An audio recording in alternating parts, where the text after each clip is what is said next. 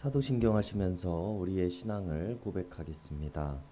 전능하사 천지를 만드신 하나님 아버지를 내가 믿사오며 그 외아들 우리 주 예수 그리스도를 믿사오니 이는 성령으로 잉태하사 동정녀 마리아에게 나시고 본디오 빌라도에게 고난을 받으사 십자가에 못 박혀 죽으시고 장사한 지 사흘 만에 죽은 자 가운데서 다시 살아나시며 하늘에 오르사 전능하신 하나님 우편에 앉아 계시다가 저리로서 산자와 죽은 자를 심판하러 오시리라.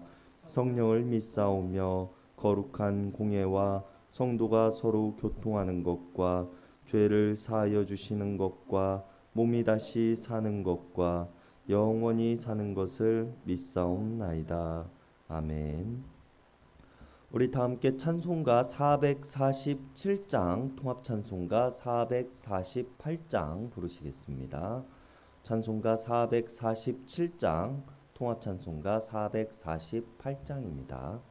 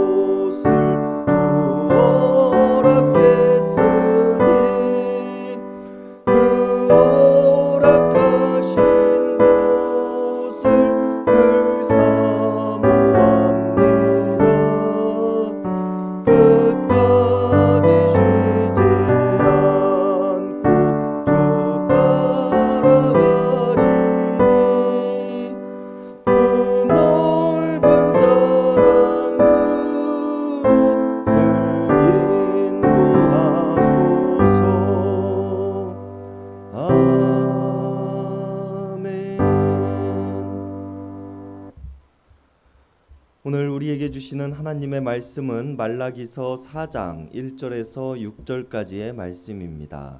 말라기 4장 1절에서 6절까지의 말씀입니다.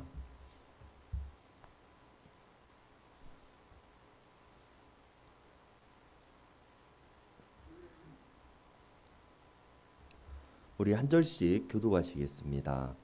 만군의 여호와가 이르노라. 보라, 용광로 불같은 날이 이르리니 교만한 자와 악을 행하는 자는 다 지푸라기 같을 것이라. 그 이르는 날에 그들을 살라 그 뿌리와 가지를 남기지 아니할 것이로되.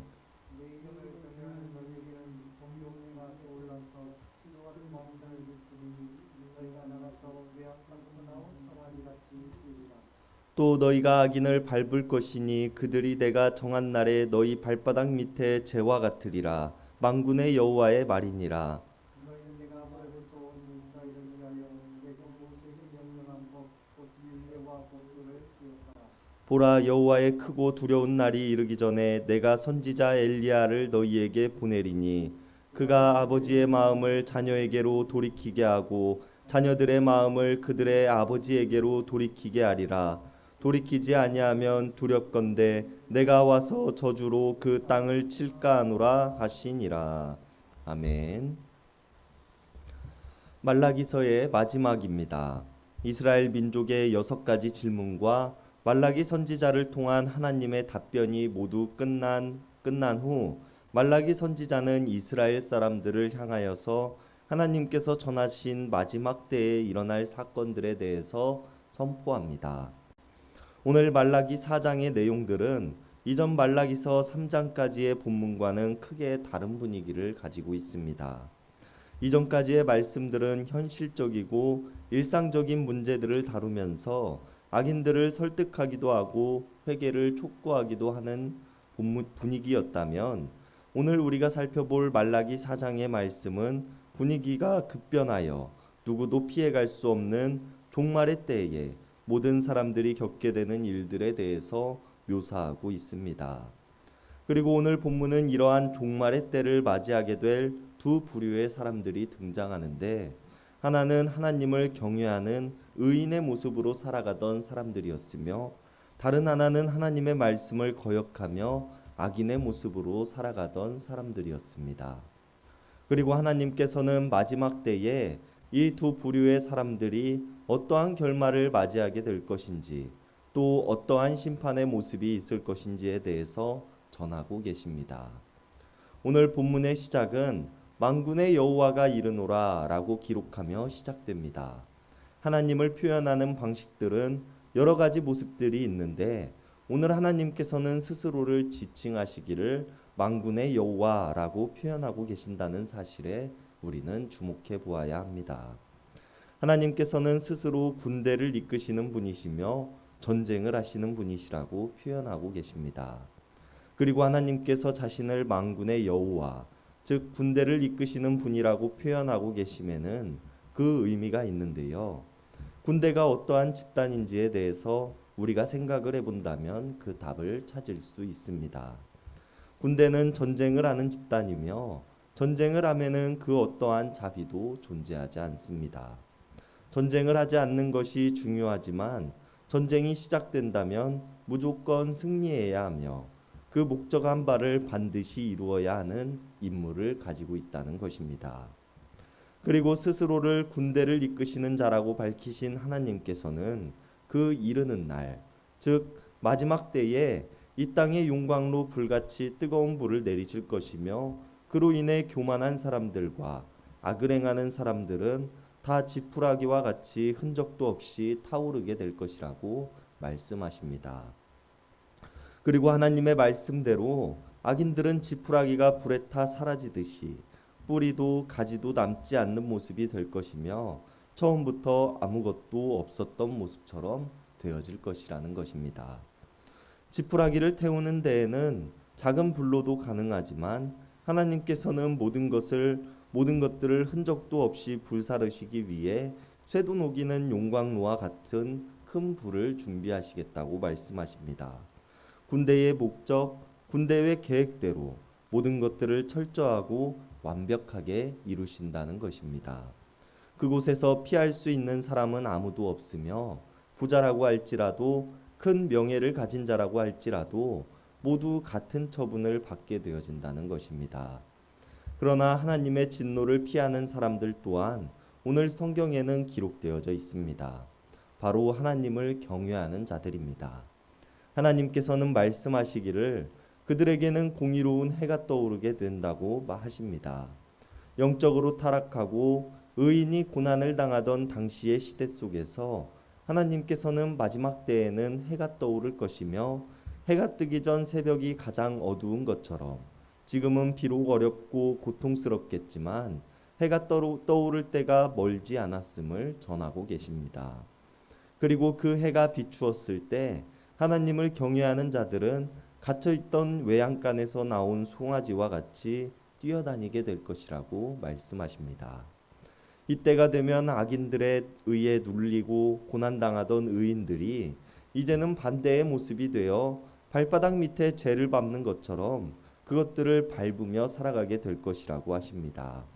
하나님께서 말씀하고 계시는 마지막 때에는 의인의 구원과 악인의 망함이라는 철저한 논리로 모든 것들이 이루어지게 된다는 것입니다. 그리고 오늘 말라기는 의인의 구원과 악인의 멸망이라는 도식 속에서 하나님을 따르는 것이 구원의 길이라는 명확한 주제를 가지고 우리들에게 하나님의 말씀을 전합니다. 그리고 모든 사람들이 의인의 모습으로 살아감을 통해 하나님의 구원의 때를 기다려야 한다고 이야기를 하고 있는 것인데요. 그렇다면 우리는 의인의 모습으로 살아가는 것을 말라기서는 무엇이라고 이야기하고 있는지를 살펴보아야 합니다. 오늘 말라기 본문에서 이야기하고 있는 의인의 모습으로 살아가는 것이란 하나님께서 호렙산에서 모세를 통해 이스라엘 민족들에게 지키라고 명령하셨던 율법, 즉 율례와 법도를 지키며 살아가는 삶이라고 말합니다. 율법을 지키는 삶이 우리를 구원할 수 있으며 율례와 법도를 따르는 삶이 하나님의 말씀을 따르는 길이라고 말하고 있는 것입니다. 그렇다면 우리는 여기서 한 가지 생각해 보아야 하는 것이 있습니다. 하나님께서 이스라엘 민족들에게 율법을 전해 주실 때 어떠한 환경과 배경 속에서 전해 주셨느냐 하는 것이 바로 그것입니다. 하나님께서는 이집트 노예 생활의 고통 속에서 부르짖는 이스라엘의 목소리를 들으시고 모세 앞에 나타나셨습니다. 그들의 눈물을 보았고 그들의 부르짖음을 들으셨다고 하셨습니다. 그리고 그들을 이집트 땅에서 구원해 내셨으며 그들을 자유하게 하셨고 적과 꿀이 흐르는 가나안 땅으로 인도해 내셨습니다. 이 모든 과정들이 하나님의 은혜이며 고통당하고 신음하는 자들을 돌아보시는 하나님의 성품이라는 점입니다. 그리고 이 율법은 이스라엘을 올가매기 위한 법도가 아니며 그들이 다시는 하나님을 떠나 살지 않기를, 또 이집트 땅에서 이스라엘 사람들이 학대를 당하였던 것처럼 사람이 사람을 학대하는 경험을 다시는 하지 않기를 바라시며 그들에게 율법을 주셨다는 것입니다. 그렇기에 오늘 말라기 선지자가 이야기하고 있는 하나님의 율법을 지키는 것이 의인의 삶을 살아가는 것이라고 말하고 있는 것은 하나님의 말씀 안에서 자유로워지는 것, 다른 사람을 학대하거나 구속하는 것이 구속하지 않는 것이 의인의 삶이라고 말하고 있다는 것을 우리가 알 수 있습니다. 그리고 이들은 마지막 때의 구원을 경험하게 될 것입니다. 그렇다면 이제 하나님의 율법을 따르지 않는 삶, 의인의 모습으로 살아가지 않는 사람들에게는 앞서 이야기했듯이 멸망과 죽음만이 존재하고 있을까요? 그렇지 않습니다. 하나님께서는 5절에서 말씀하시기를 여호와의 크고 두려운 날이 이르기 전에 내가 선지자 엘리야를 너희에게 보내시겠다고 말씀하십니다. 그리고 6절에서 그를 통해 하실 일은 아버지의 마음을 자녀에게로, 반대로 자녀의 마음을 아버지에게로 돌이키는 일을 하시겠다고 말씀하십니다. 하나님께서는 악인들을 버리시는 분이 아니시라는 점입니다. 그들을 향해 끊임없이 외치는 자들을 보내실 것이며 그들이 스스로의 죄악을 돌이켜 회개함으로 하나님의 율법을 따르는 삶을 살아가도록 하실 것입니다. 이들 또한 하나님의 구원의 대상이며 하나님의 창조물들이요 하나님께서 사랑하시는 자들 중에 한 사람이기 때문입니다. 여러분, 하나님의 구원 사역에는 한계가 없으며 정함이 없습니다. 마지막의 마지막 때까지 그들을 구원하시기를 원하시며 그들을 향하여 외치는 자들을 보내실 것입니다. 그리고 우리들은 그 외치는 자들의 한 사람이 되어야 할 것입니다. 왜냐하면 하나님께서는 모든 사람들을 구원하시기를 원하시는 분이시며 우리는 그런 하나님의 율법을 따르며 율례와 법도를 지키며 살아가는 사람들이기 때문입니다. 우리가 오늘 하루를 살아갈 때에 하나님을 사랑하는 자들로서, 하나님께서 사랑하시는 세상을 사랑하는 자들로서 한 생명을 위해 기도하며 그들을 향해서 외치는 한 소리가 될 수 있기를 기도할 수 있는 하루가 될 수 있기를 바랍니다. 기도하시겠습니다. 세상을 창조하셨으며 운행하시고 여전히 우리를 사랑하심에 변함없으신 하나님 감사를 드립니다. 하나님께서는 이 땅을 사랑하시고 우리를 사랑하사 모든 사람들을 구원하시고자 하시는 분이심을 고백합니다. 우리에게 나의 성품을 닮아 나를 사랑하고 세상을 사랑하라고 말씀하셨지만 우리는 선악과를 따먹었던 아담과 하와처럼 우리 스스로가 선과 악을 판단하며 다른 사람들을 정죄하는 모습으로 살아가고 있지는 않는지 돌아봅니다. 우리들의 죄악된 모습을 용서하여 주시옵소서. 우리가 하나님의 창조 목적에 따라 하나님께서 주신 율법에 따라 세상을 사랑하는 마음을 갖게 하시고 모든 사람들이 마지막 때에 하나님의 구원 사역에 동참할 수 있는 세상을 만들기 위해 힘쓰는 자들이 되게 하여 주시옵소서.